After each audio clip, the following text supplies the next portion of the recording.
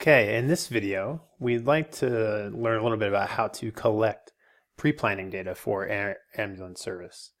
In the last video, I showed you how to make a web map, and the video before that, I showed you how to make the form. And what I'd like to do now is show you the optimal way to collect new data points. Within this web map, I could click Edit here and add points manually, but it's a bit of a GIS workflow. A mapping nerd workflow. And what we want to do is make this easy for our stakeholders. So I'm going to go back to the Survey123 interface. You can see here the design tool. Let me move my phone out of the way here, where we design the form. If I go to collaborate, one of the easiest ways to share this form is to use the QR code. And I'm going to attempt to do this live here with my phone, and in a way that you can see it at the same time. So it should be fun. On an iPhone, the beauty of QR codes is you can just hold up your camera and click on this QR code. So if you're using an Android, you'll need a QR code app to do this. But what this is going to do is it's going to give me the option. I can either open this in the browser, which is going to look a lot like it does on my PC, or I can open it in the Survey123 Field app, which I've already downloaded from the App Store. And by doing this, this is going to allow two things. It's going to be, first of all, optimized interface for a mobile device. And it's also going to allow me to work offline, which will be really important for people who are working at times away from a cell tower, to be able to collect data offline and upload it later. Now, I'm currently in Boulder, Colorado, so you can see my location there on the map. But what I'd like to do is collect a new point, just like I would if I was in the field. I would probably click on this little target icon, which will show you where I am. But for the purposes of this today, I'm going to use the data that's available to me in this spreadsheet. I'm going to go ahead and use the U.S. National Grid coordinates because they're a lot easier to enter and is a standard location format for search and rescue teams.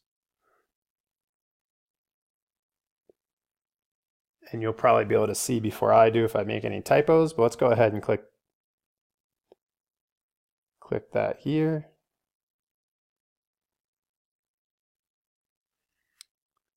Oh, you know what? I think I entered my own location. Just stand by for a moment. Okay, sorry about that. I just had to unclick the target icon here. If I have my national grid coordinates in there, I can use those to enter it in, but again, using my location would be better.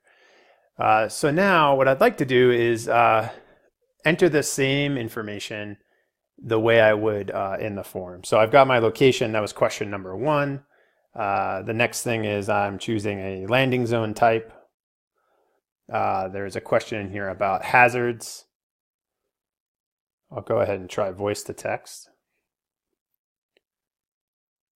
Coastal, wind, and weather.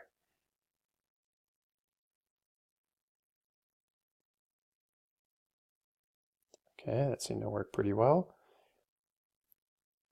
I'll go ahead and pause the video here. You get the idea. Okay, so while we were paused, I just went in and entered in the rest of this information.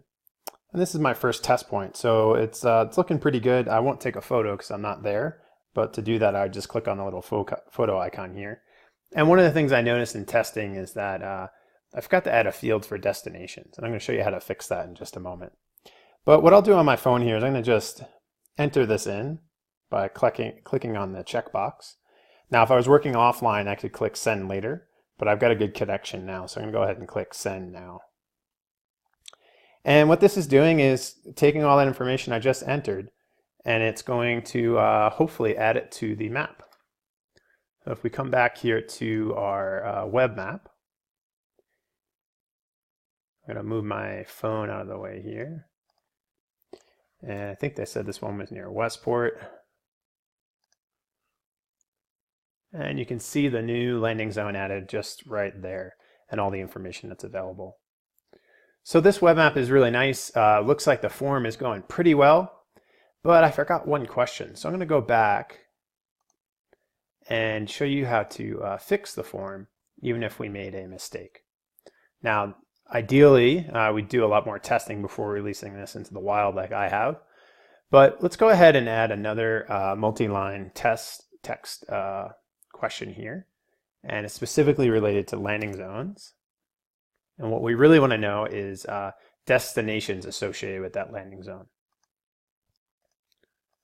So I'm going to go ahead here and click destinations. I move that up to there. And this is only going to be related to that landing zone question. So again, we'll come back to making our rules.